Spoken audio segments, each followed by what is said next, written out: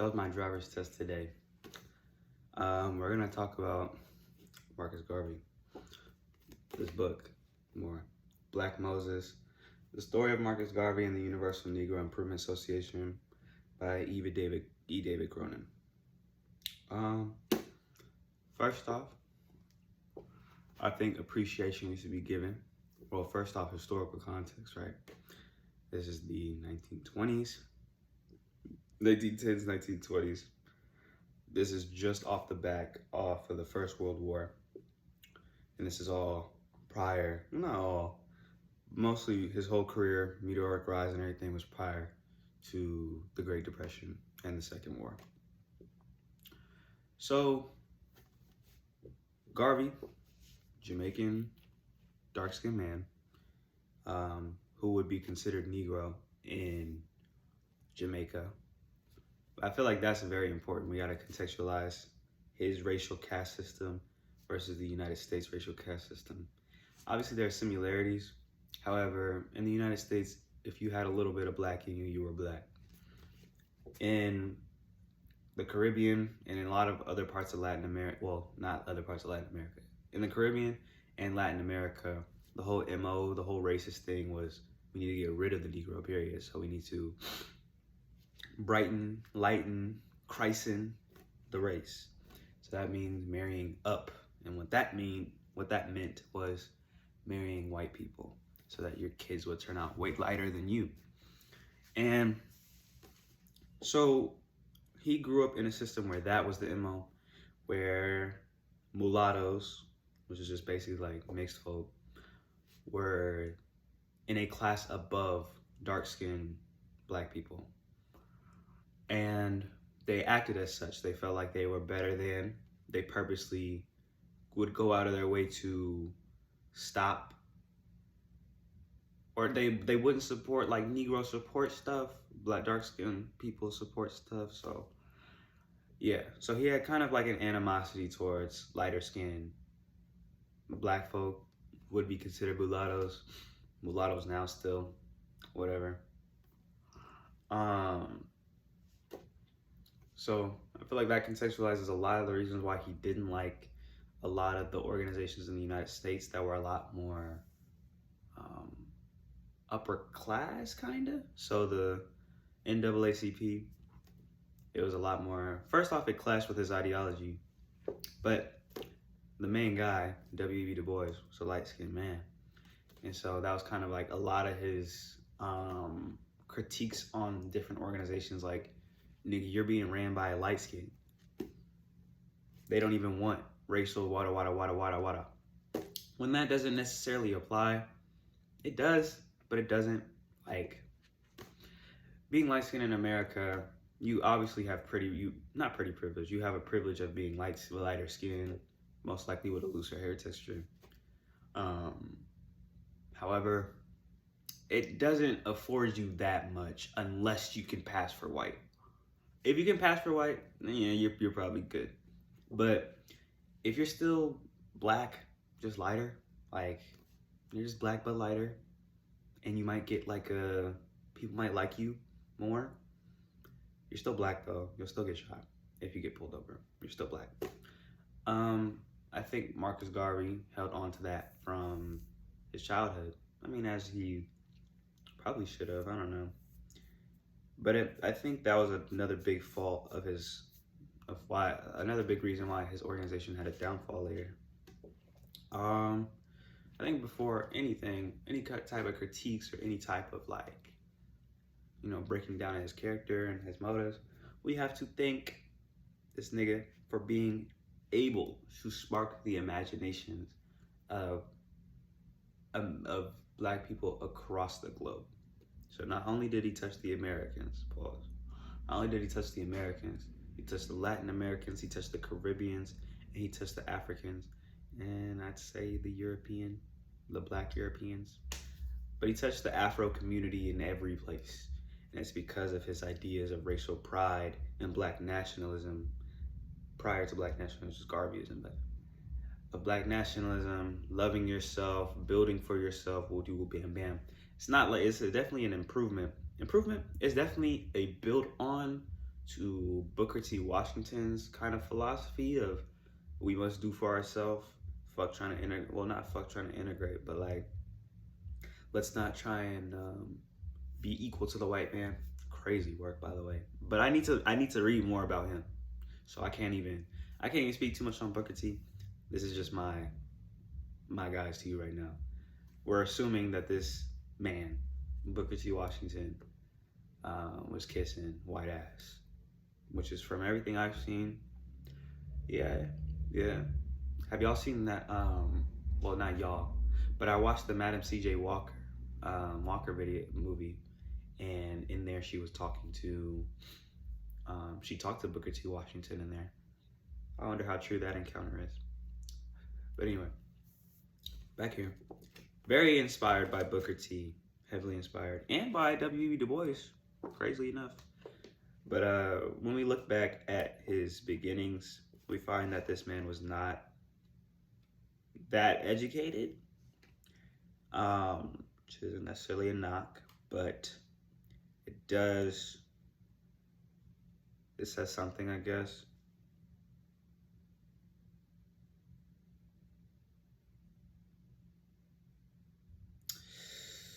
Yeah, and even just in his prior to coming to the United States to start the UNIA, he traveled a lot from Jamaica to, I think it was Costa Rica.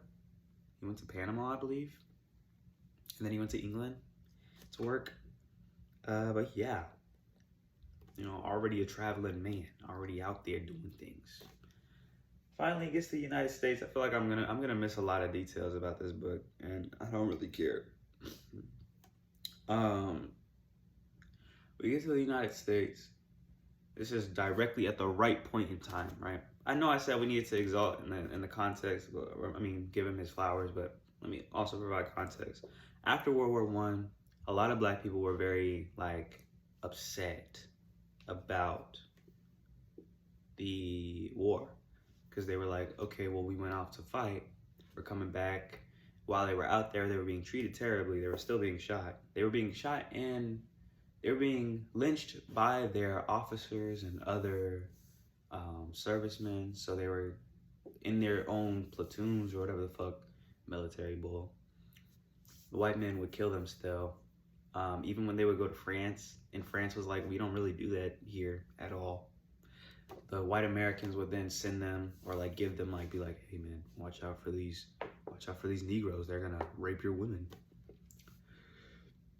So they found out that even while outside of the States, still fighting for the right, still fighting in the war for America, they were still being treated as if they were not Americans. They still were being treated as if they were not people, period.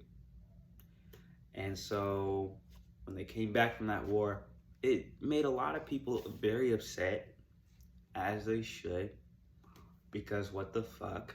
We just went out there, niggas died and shit, and I come back and I can't sit down to eat at this whack ass diner? Bitch, if you don't give me a beer. So we have that kind of stuff going on. So a lot of Americans are just a little bit out of it right now. And then also, mind you, the race riots. So race riots are going on throughout America, making a lot of people upset. And black people are fighting back. You got to think, the military, whack, right? However, it did provide them training. It provided black people training in military shit, I think it's but I kind of give it to the Koreans, in that they just know how to, they just know military tactics and shit because it's forced on them. They have to go to the military. I don't know Korean politics though, so mind you. Anyway, Marcus Garvey came in. It's pretty much love thyself, love you, love, love, love, love, love. Fuck the white man, that nigga sucks. And people were eating it up. You gotta think, at this point in time, people are so disillusioned with the idea of America, or even just being, just look at the history. We were slaves. So when somebody comes in, especially at this heated moment in time when niggas are killing, where people are killing each other, people are killing you because you're black. This moment in time, I mentioned the Koreans because of the California stuff. Like, it was like a whole thing in California with the Korean. Was it Korean?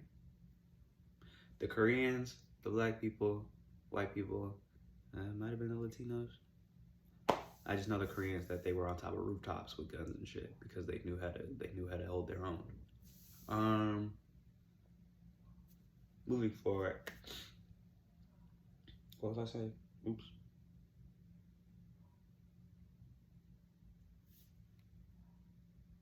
Well, we're gonna move past it. Garvey comes in. Oh yeah, Garvey comes in and he's like, "Hey guys, love yourself. We need to go back to Africa." Crazy word.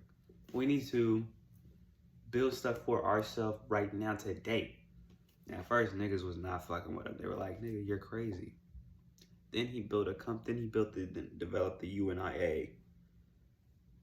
Within, he put his new headquarters of this organization in the United States, and started buying stock. Nope, he created the company, the Black Line something,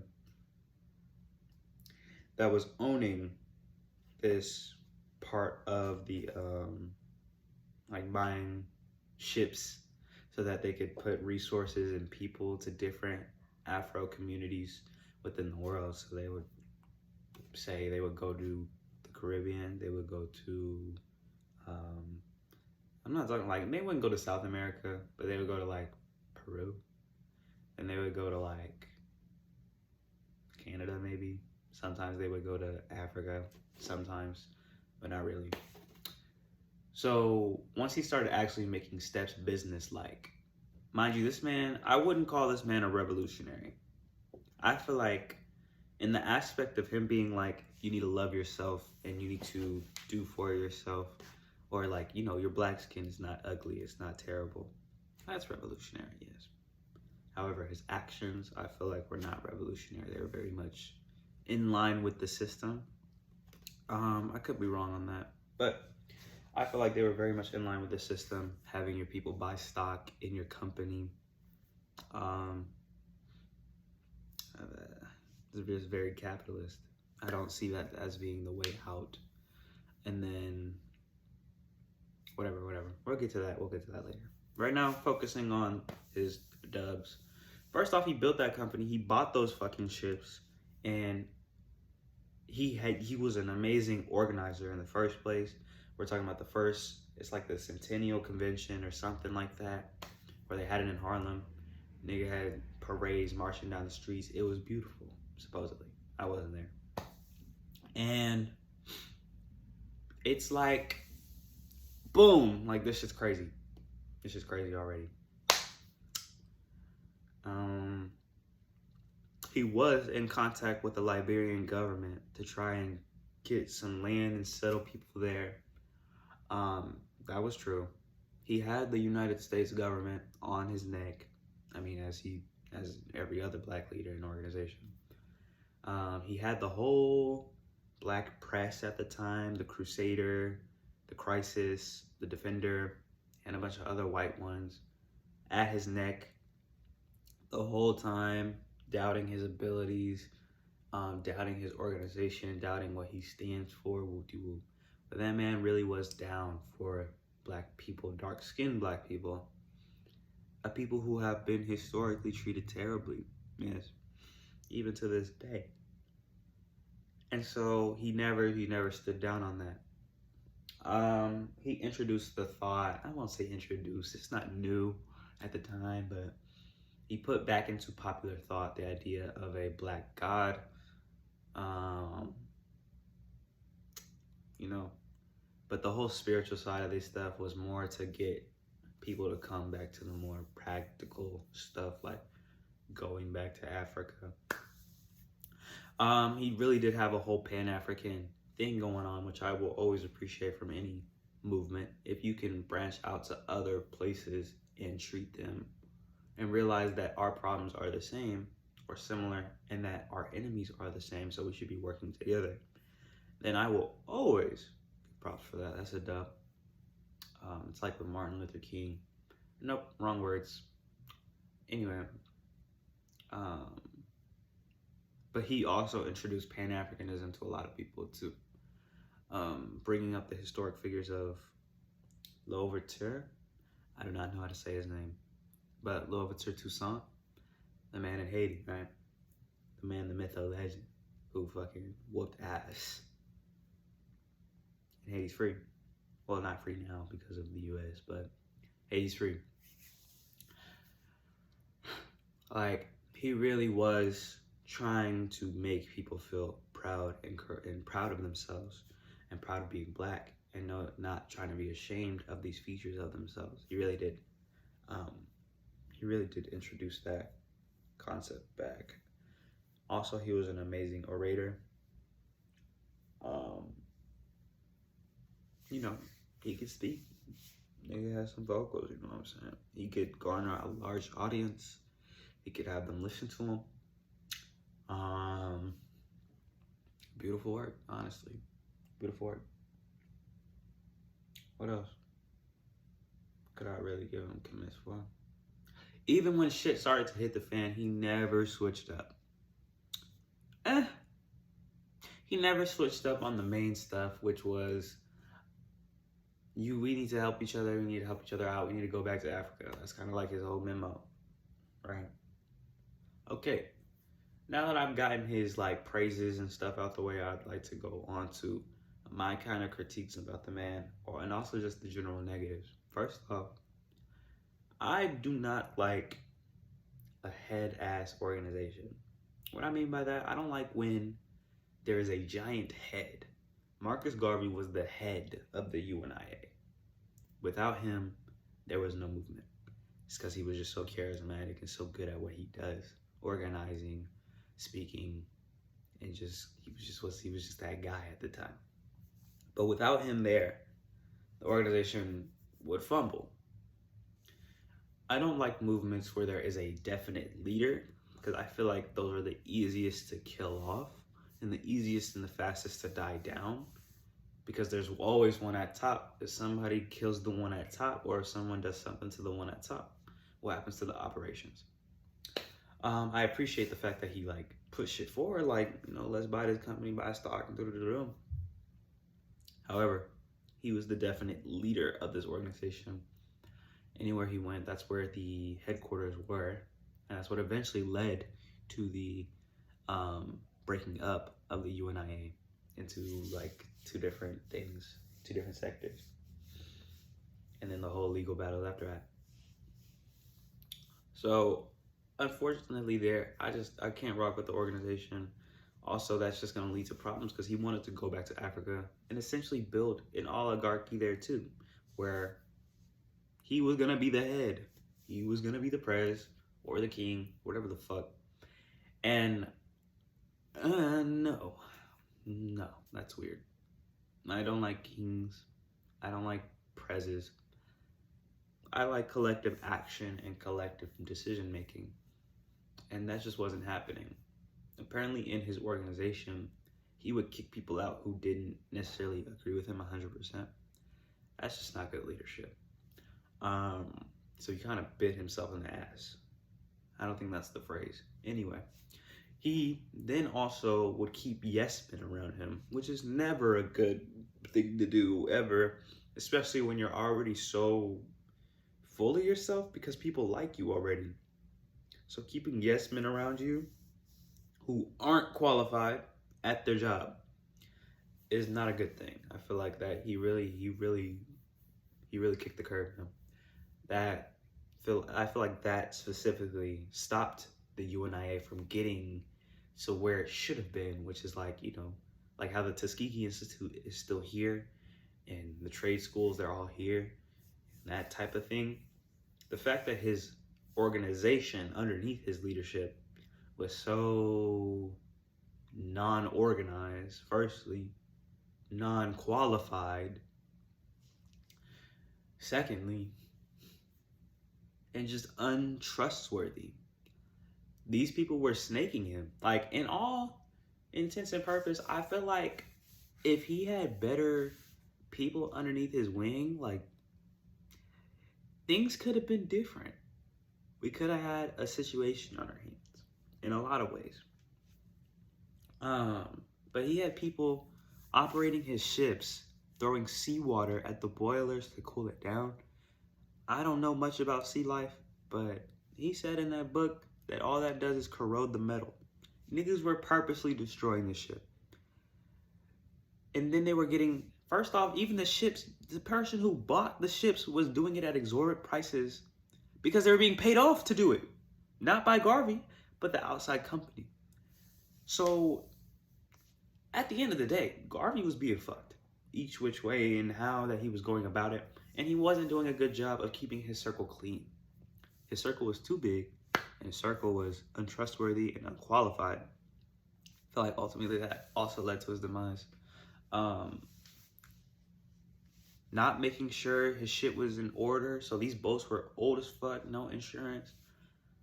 Like, shit like that, that could be eliminated very quickly if you had a proper accountant or someone proper. These niggas were not cool. So I feel like his organizational blah blah blah was not great. Then he went to, like, just to show you what I mean, he went to Jamaica because he got deported, because he got arrested. I think it was a felony charge, so he got deported back to Jamaica. And the organization split in two after that because Garvey was like, I'm here in Jamaica, the organization is here in Jamaica, like, this is the headquarters now. And the people back in Harlem, New York were like, no, do you know how much money we get? The organization's here, you built all your shit here, this is where the headquarters is at. Garvey's like, there's no, what are y'all talking about? So then they split. It's a lot more complicated than that, but that boils it down. So, and then there were just two different organizations. This shit was crazy. Secondly, the law was really much not in favor of this man. He didn't help himself at all by trying to be his own defendant, but the law was not helping this man. Always in legal trouble, always in jail, always saying some crazy shit. Crazy shit. He's always just talking crazy to people. Most likely calling him light skinned. So-and-so. Went to jail a lot of times. It did kind of destroy a lot of perceptions of him. Oh, let's talk about the monetary aspect. Nigga did not have the funds. He did not have the funds. He was selling stock for boats that he didn't have. It's weird. Like, he was really just getting money, but he wasn't really benefiting. Marcus Garvey was not benefiting. Apparently, he only had like $6,000 by the end of this whole 20-year debacle. He died poor. He died poor. I know I'm not giving dates. I don't really care. I'm not gonna do it. That's just crazy. Like, there were not separate accounts for the different organizations he opened. There were like 4 different organizations that he opened outside of the UNIA, including the Black Steam Stock Corporation or whatever the fuck. And the money was just flowing in between all of them. That is not how you handle that. That is not how you handle that at all. But there was no separation between the UNIA and the Black Steam Company. And it doesn't look good in court when they bring that up to you and you're like, damn, I didn't know. That does not inspire confidence in the people who are buying stock in your company, no? Anyway, people still fuck with them though, so don't even, people still mess with them heavy. What are we talking about now? The fact that he was like a mini Zionist, not cute at all.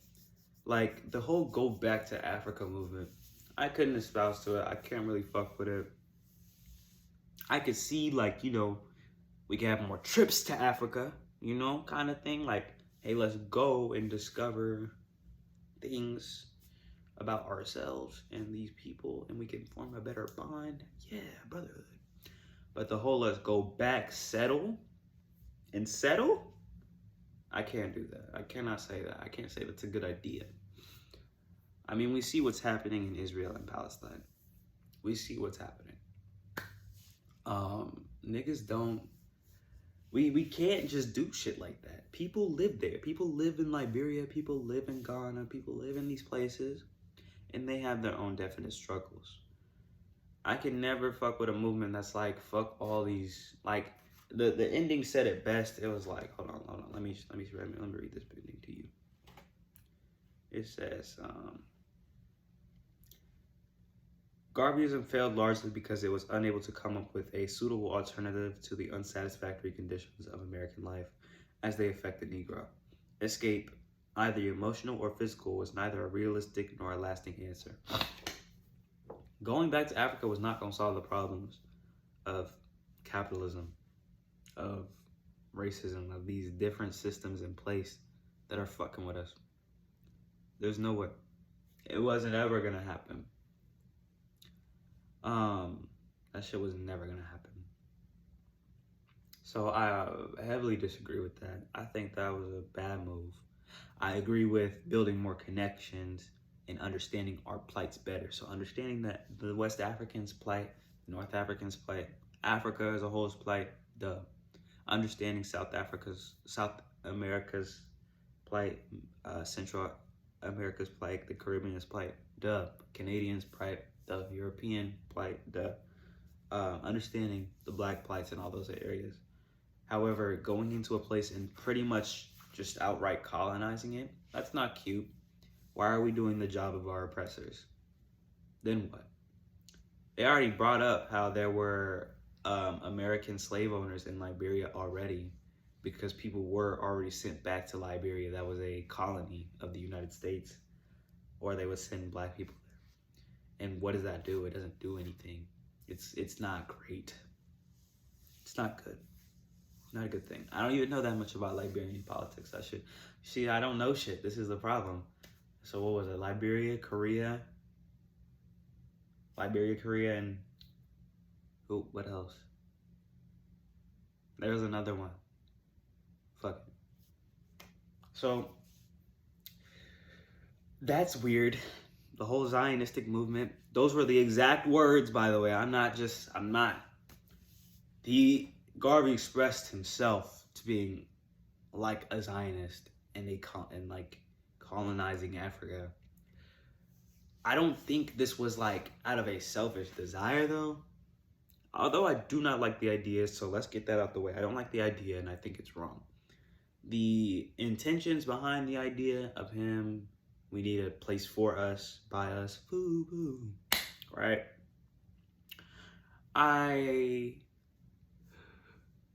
It's honorable. I can see that. I don't think that's the way though. I don't think going to another place is gonna solve a problem. The problem is here. We need to stay here and fix the problem here, especially with this America and being the imperial core. There's no fucking way. You can't fight fascism in your house. Like, I don't know. You can't fight these systems of oppression in the United States, in South Africa. That's not how that works, yeah. I can't see that working. No.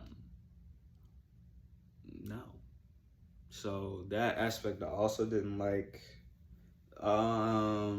They even directly compared Marcus Garvey to the man who started Zionism in Palestine. Directly. In saying that their origins were very similar and that had the circumstances been different, this is what I was talking about earlier, like, had the circumstances been different, we would have had a problem on our hands. Black people would be a fucking another Israel, which I don't understand why the United States didn't want that to happen. Not saying I wanted this to happen. I don't know why the United States didn't want this to happen, because I feel like that would lead to a lot more control within Western Africa, and well, not Western, but like that region. And you know, it's not like Liberia didn't have resources and shit. So I wonder why that wasn't pushed. But wrong. It was, because this is another thing that I didn't like about Garvey. This nigga was buddy buddy. Not buddy buddy, but he was in cahoots with right-wing extremist organizations. And it's because Garveyism, in all intents and purposes, is very right-wing itself. Black nationalism, like keeping it in, racial purity type shit, that's very right. Very right things to do. Very right-wing things to do. And so like the KKK, they were really fucking with bro. And the UNIA, Garvey's organization, really saw the KKK as a organizational plus. They were like, yes, the more they drive the Negroes out of the South, the more they'll see that this isn't the place for them. Fucking crazy, okay? Beyond me. This logic it makes sense for the organization, but it is sick. I swear it's sick. But you know, what is really the other alternative? Sitting there and trying to coddle with your oppressors, you know? But damn, that's sick. So he talks about not being with the KKK, but talking with the leaders because he appreciates their honesty in that they're racist, which I can see. But again, I feel like we need to understand that this is a 30-plus-year-old Jamaican immigrant. I don't know if they had a similar group of people as the KKK, but I don't think they understand the terror, the utter terror of the KKK. Because, no, of course that's going to be very unpopular with your African-American base.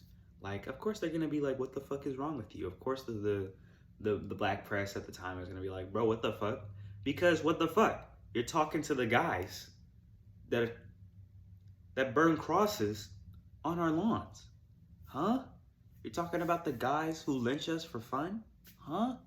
You're talking about the guys who rape our women for fun? Huh? Of course not. That's weird. But dude was in cahoots with the KKK, the Aryan Brotherhood, the different white, right-wing, Christian fucking groups. He saw them as allies, not because he likes their ideas, but because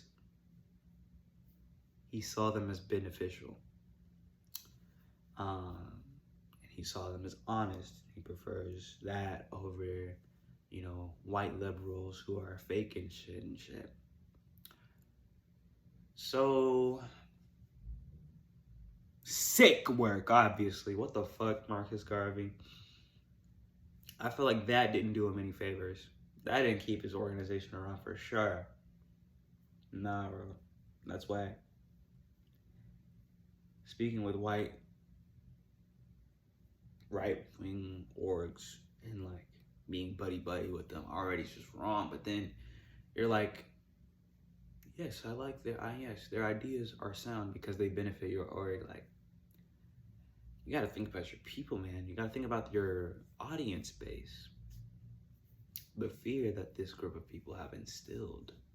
And then you just be like, yeah, they're pretty dubs, actually. No, I kind of like them. What?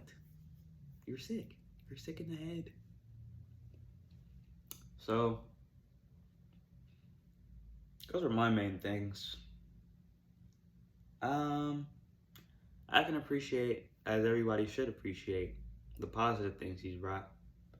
I think we also do need to take the negatives into very heavy consideration, especially with the times we're in now. Guess what times we're in? We're in the 20s. 2025. we gotta look at how bad things are right now. We're also going into a very far right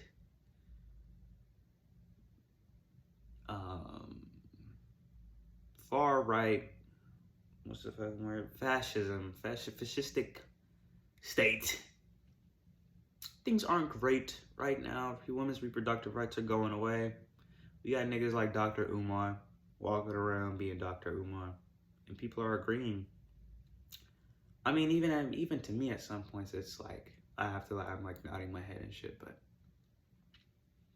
it's not the way. It's not the way. Racial purity, these fake ass things. I'm always gonna be for black people, for real. Yes. But when we start quantifying blackness and who's really black and who's really not black, the conversation gets a little tricky, and I'm just not in that pay grade to be able to do that. I'm not gonna lie. I'm not educated enough. But it is just weird. It's just a little bit weird.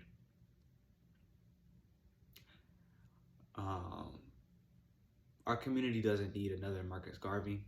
We do not need a Dr. Umar to spark the consciousness. I mean, I guess we do need someone to spark consciousness, but we do not need a leader. We need mutual aid. And that's what's happening. A lot of people are doing mutual aid, and I'm just not a part of that right now, and I need to. But we need people to work together and be their own Marcus Garveys without being anti-Semitic and wanting to be a Zionist, but being great orators and organizationalists and corroborators and thinkers and writers and artists and woody woo bam bam bam bam bam. We need these in the black community to be in the black community that help each other and help us, for sure, rather than making a mass exodus to another country or another place because the United States doesn't treat us well.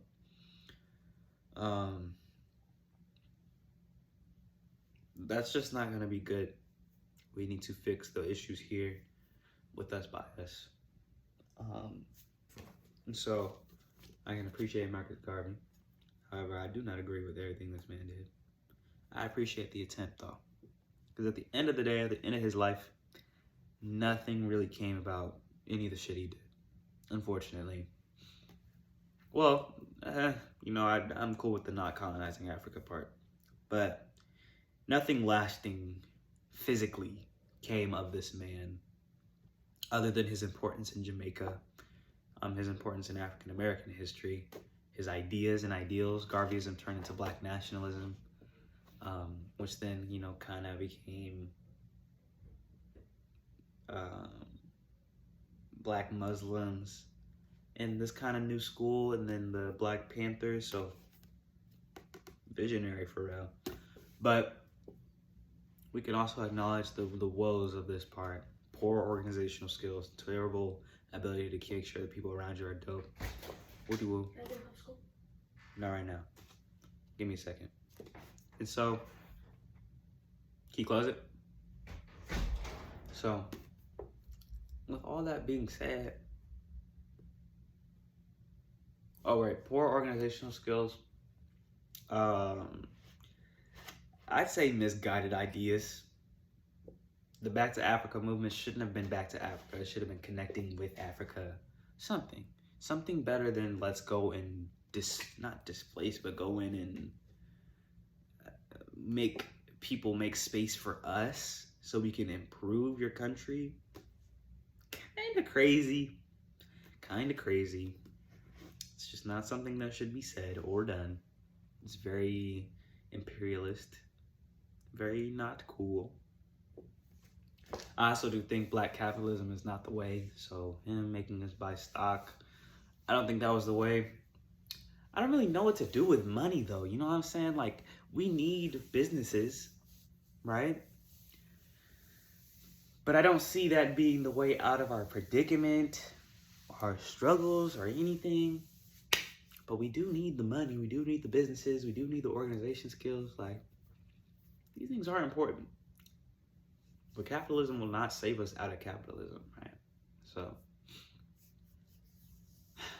interesting thing to think about or to worry about. That's Marcus Garvey, though. Yeah. I recommend it. You should give it a read. I like how it talks about his beginning, the good things, and then it goes to straight the shit that happens and it's bad. W book, recommend. Goodbye.